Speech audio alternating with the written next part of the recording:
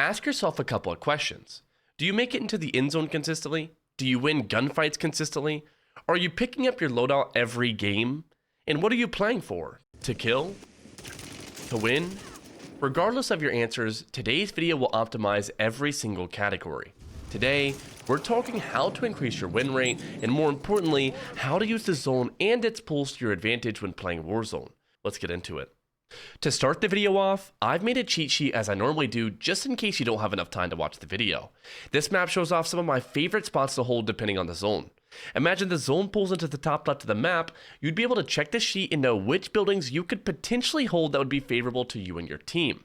Keep in mind, these are completely situational. I can't guarantee the zone to pull directly to these buildings, however, putting yourself in a building that is easy to manage is the first step to winning the game. Economy, eye the zone, rotate, and lock it down.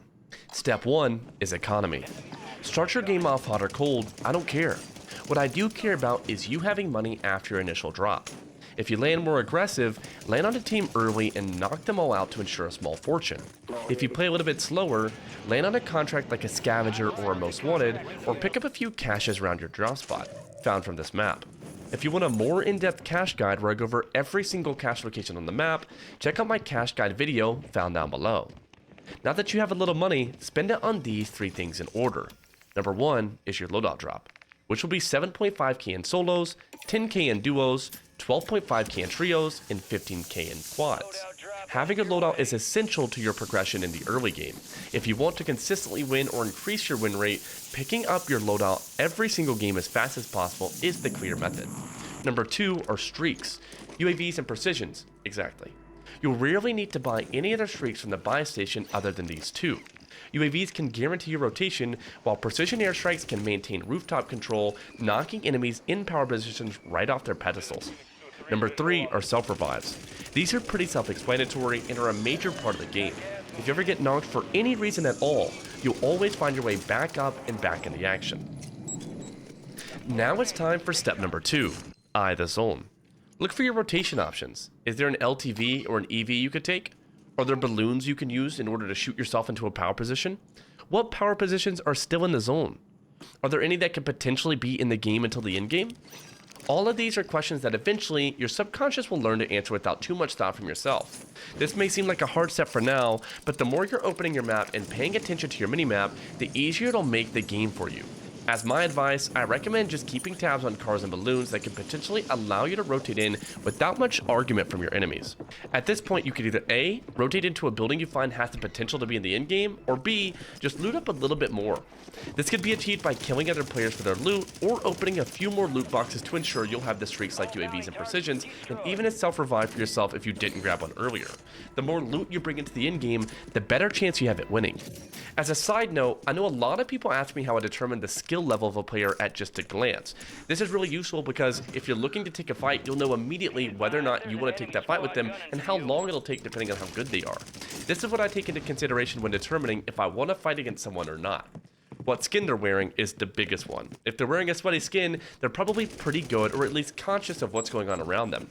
Number 2 is, what camo do they have on their guns? Do they have the top 250 ranked camo, or do they have some random camouflage that anyone can equip? Number 3 is, are they slide canceling? This one is massive. Either a player is pretty good at their slide canceling, or at the bare minimum, they're at least paying attention to content or updates within the game that most casual players wouldn't care too much about. And number 4 are they playing defensively or offensively? This one is pretty subjective and tough to determine at a glance, but the easiest way to tell us is if they're looking intrigued into the idea of a gunfight, or they run away when confronted with one. When you landed on them or when you ran up to them, did they run away or did they shoot at you? This is how you determine that. It's never too late to back out of a losing fight. Remember to always bring your smoke grenades.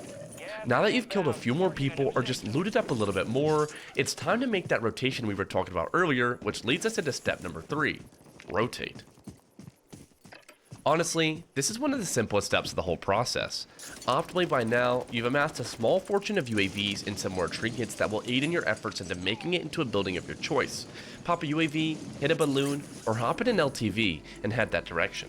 Pro tip, if you have the bird's eye perk in slot number 4, or are wearing a comms vest, you'll be able to see ghosted players on your UAV. This means that you can 100% clear a building with no chance of someone being there, no matter what. Lastly is step number 4, lock it down. If you've made it this far, you've really done most of the preparation that it requires to win a game consistently. You've got your loadout, looted up, scoped out the zone, made your rotation, all while staying alive. You deserve a pat on the back at this point, but remember, it's not over yet. Use your leftover loot sparingly. You don't want to run out at the wrong time. Precision enemies off of their power positions, nade what you can, and fend those same enemies off from taking over your position. With a little luck from the zone, you finally made it into the last circle. Now it's all up to a couple of gunfights really, and with that, you've either won or come damn near. Repeat these steps in your following games, and I can guarantee improvement from your former self.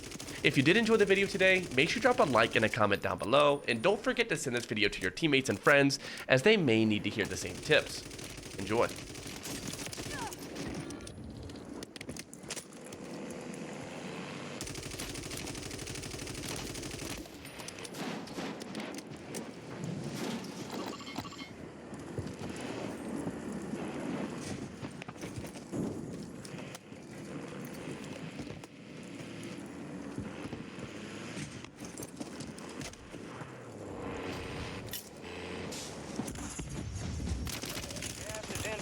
Marking a new safe zone.